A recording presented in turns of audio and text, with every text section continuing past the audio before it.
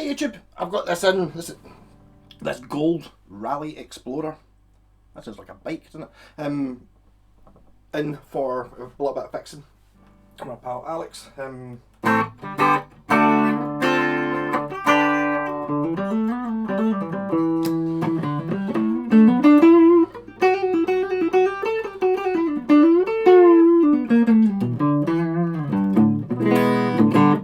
It's a really rather fancy and cool looking guitar, I have to say. I don't think I mentioned this a couple of weeks ago, I don't think I've ever actually played an actual full-on Explorer. Most of the ones I've had have been like extra bits cut out, or they've been a bit pointier, you know, and it's kind of, well, I've actually got there's things behind it.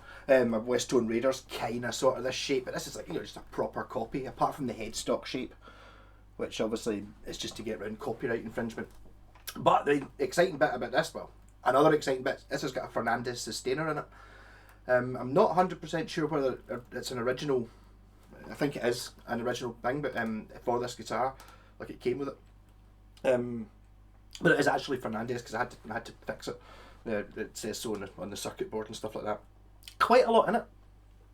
I was under the impression a sustainer was quite a simple circuit. In my great electronics knowledge, there's an awful lot of wee bits, capacitors and resistors, and you know, it's quite a big circuit board, and it's quite heavily occupied, heavily furnished, heavily, I can't remember what the word I'm looking for is. There's a lot of things on it to it, so it was wired up wrong. So basically this switch here I think is an extra switch that somebody's added at some point. It doesn't look like a guitar switch, it's a kill switch. So it basically turns off the guitar. It also this turns off disconnects the battery from the sustainer. It's got one of the problems with it was it's got a stereo jack on it. For the same thing as anyone who's got an active guitar knows, that you use the stereo jack to connect the battery, so when you unplug the lead, it disconnects the battery, so the battery doesn't run flat. It takes a 9-volt battery in the back. Yeah, so really just what is a sustainer and what does it do? Let's find out. So I think it's more like for cleaning. So the switches are, this is just a kill switch, just turns the guitar off. Simple as that. You've got your three-way pickup selector, a volume and a tone, and two switches. This one on the right here, when you flip it up, turns on the sustainer, which is not as impressive in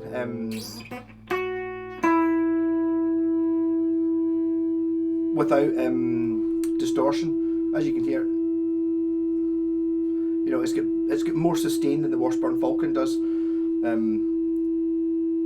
That'll just basically keep going forever. And the other switch is, I think, probably called, so it's like an on-off switch. And this is probably called feedback or something like that. So when you hit that in,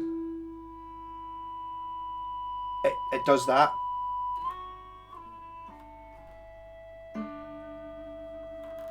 Yeah, so not that impressive when it's in clean, but a bit of dirt on.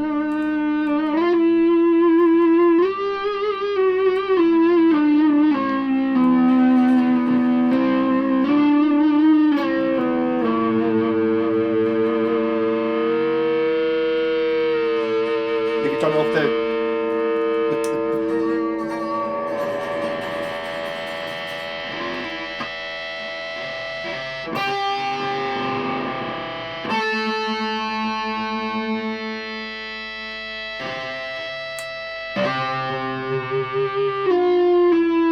yeah, so if you want to be changing the notes, you want the sustainer off, that kind of just makes it, or not the sustainer off, the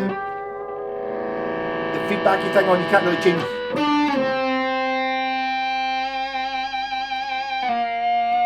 Well, maybe you can. This is me just learning to work it.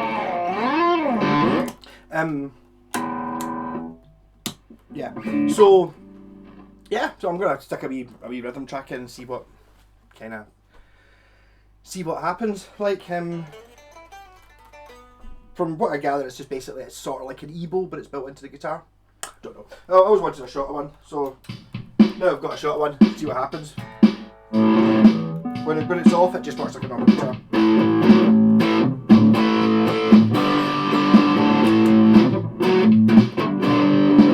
Made a mess of that.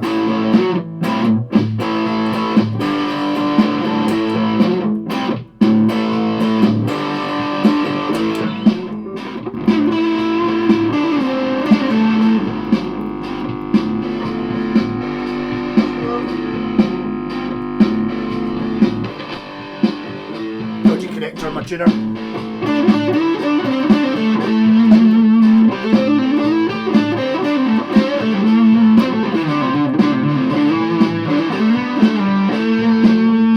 So in the neck position it's just a single chord because one of them is a sustainer.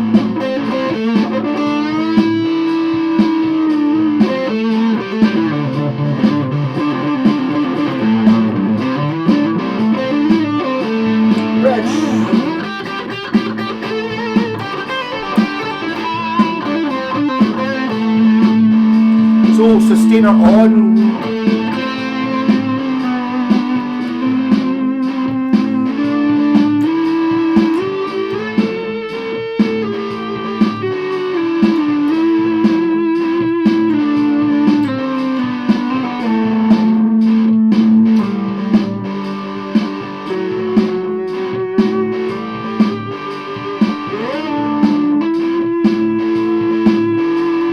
Other switch.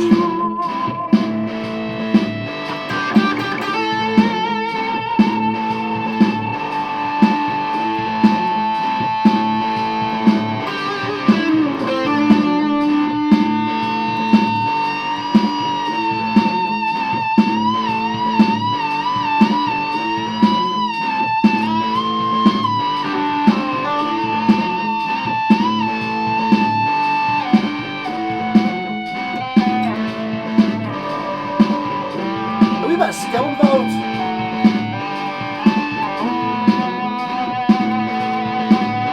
Extra switch off.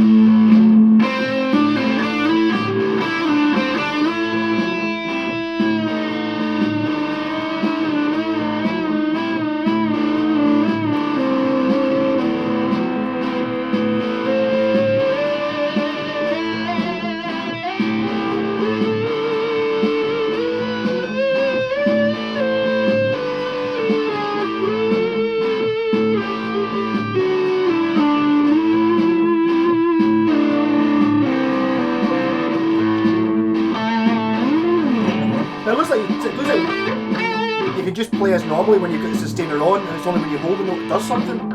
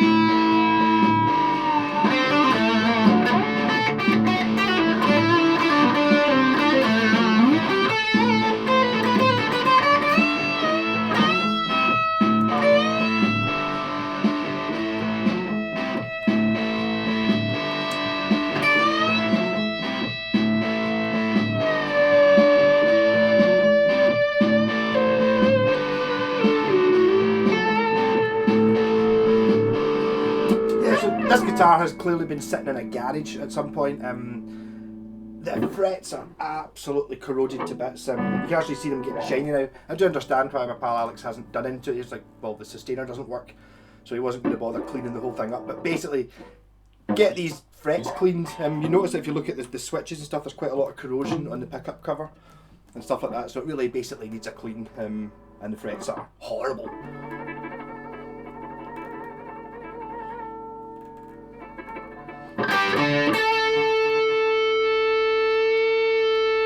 But I can totally see how this sort of thing is fun. And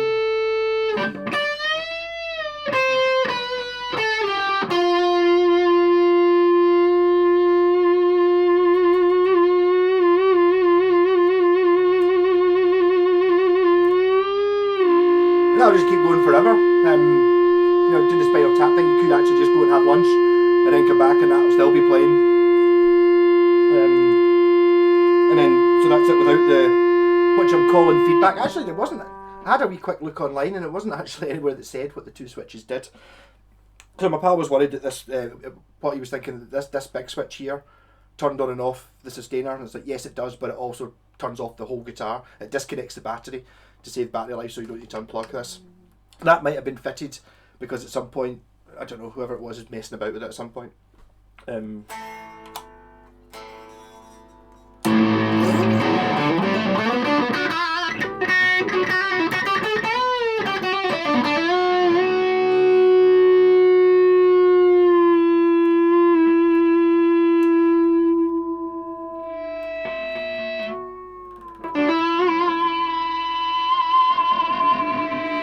So I suppose it's the sort of thing you probably can do if you're standing in front of a crank Marshall, but infinitely more controllable. You know, it's like that you can just turn off the fact that it's sustaining just by that and you get back to the guitar. It's got quite good sustain anyway. Like really good sustain this guitar. I wonder if even though it's not on, I wonder if it's actually having a slight effect without power, you know, like a much lesser effect. I mean, it does seem to be quite a sustaining guitar to start with. As you hear, it's dying away. You can't. Come on,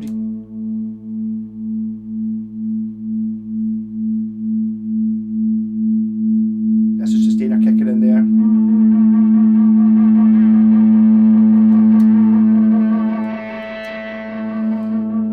It's actually quite good the way that when you hit whatever the second switch is, it doesn't just click on, or you know, it kind of fades in. So you're playing your note, and then it's like,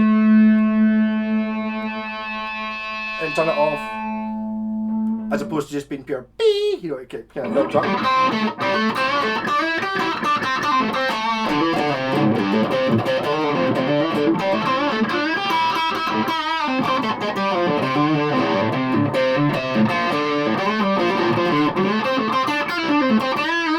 But again, I had a rally guitar before. It was a Flying V, and I was surprised at how good it is. And this is obviously the same range or something like that. Apparently, it's like an English company. Obviously, it'll be made in Korea or China or something like that. But quite a good quality guitar actually.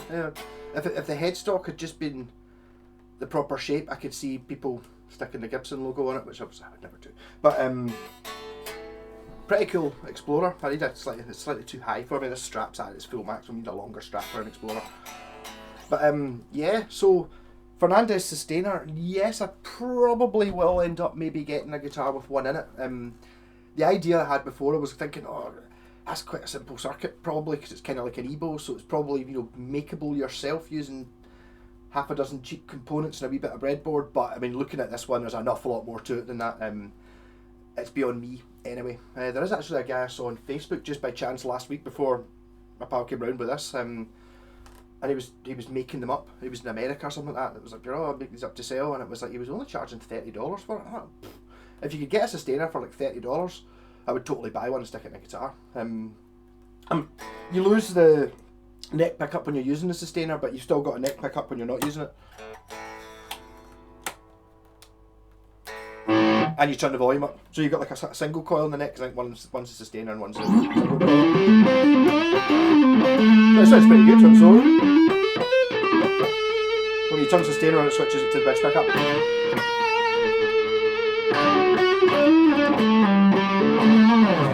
What I did find weird about this as well is there's actually a a light bulb, a wee LED on the circuit board in the back, like, and it's like you can't see it from outside. So what I would suggest to Alex, if it was mine, I would consider actually drilling a hole in the cavity cover there, where the light bulb is, and then maybe putting a bit of perspex, gluing a wee bit of perspex on the inside, so you can at least look in the back and see whether the red light's on.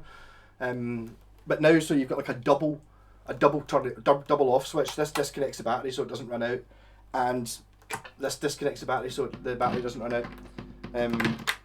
But yeah, so Fernandes sustainer, like, I will be on the hunt to get one. I think you can buy kits. After I was looking up, you can buy kits online to fit it yourself. But not particularly cheap. I think it was 80 quid, maybe a bit more than that. I can't remember. I wasn't really paying much attention. I was just trying to find out what the switches did and what it was meant to look like and why it wasn't working. So it is working. Yeah. So Gold Explorer. Nice, a nice. Even without the sustainer, the guitar itself seems really nice. It does need those frets cleaned. They're really grotty. I think what's happened is a previous owner has had a shot of altering something. This might not be the original pickup, I don't know, and they've basically made a mess of it. They've not connected it back up correctly, and then it's sat in a garage for 10 years, and it's just got corroded. You know, not in a case. It's maybe sort of just been damp or something like that. Because the switch I needed to clean the switch, and the pots were really crunchy, and the output jack I needed to basically strip the output jack and sandpaper the inside of it, because it just wasn't making contact with anything. The actual sustainer board seemed alright.